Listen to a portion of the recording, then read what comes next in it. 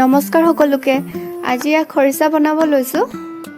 তাৰ কাৰণে মই বাঁহগাজকেইটা ভালদৰে চাফা কৰি ল'লোঁ। এতিয়া এই আগৰ কুমলীয়া অংশখিনি মই বেলেগকৈ কাটি থৈছোঁ আৰু তাৰ পাছৰ অংশখিনি চকলিয়াই ল'লোঁ আৰু গুৰি ফালৰ অংশখিনি মই ৰুকনিত দি লৈছোঁ। বুঢ়া নহয় বাৰু, হ'লেও ৰুকনিত দি ৰাখিছোঁ অকণমান।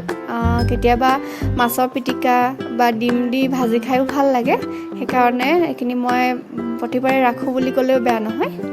আৰু এইখিনিত মই অকণমান হালধি দি সেইখিনি মঠি থৈছোঁ, অকণমান ভালদৰে মঠি ল'লোঁ। আপোনালোকে কোনে কোনে ভাল পায় খৰিচা খাই জনাবচোন। সৰহভাগে চাগে ভালে পায় ন? কিছুমানে বাৰু গোন্ধটোৰ কাৰণে বেয়াও পায়, কিন্তু মই হ'লে ভাল পাওঁ বহুত। চুলি সৰে বুলি কয়, কিন্তু হ'লেও খাবলৈ নেৰোঁ। এয়া এটা গ্লাছৰ বটল ল'লোঁ, বটলটো ভালদৰে চাফা কৰি লৈছিলোঁ। এতিয়া এইখিনি ইয়াতে ভৰাই দিলোঁ আৰু আন এটা বটল লৈছোঁ, যোনখিনি মই চকলিয়াই ৰাখিছিলোঁ সেয়া ৰাখিবলৈ। এয়া মই চকলিয়াই থোৱাখিনি অকণমান গ্লাছেদি টুকুৰাবিলাক সৰু কৰি দিম। একেবাৰে সৰু নহয়, কম পৰিমাণে সৰু কৰি ৰাখিছোঁ। এইখিনি এতিয়া এই বটলত দি দিছোঁ।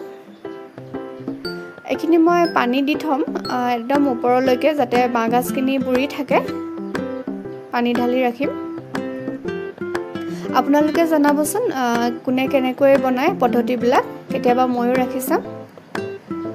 এয়া মোৰ খৰিচা ৰেডি হৈ গৈছে বনাই। এসপ্তাহ 10 দিনলৈকে হৈ যাব খাবলৈ। আপোনালোকেও জনাব কেনেকুৱা পালে। ধন্যবাদ।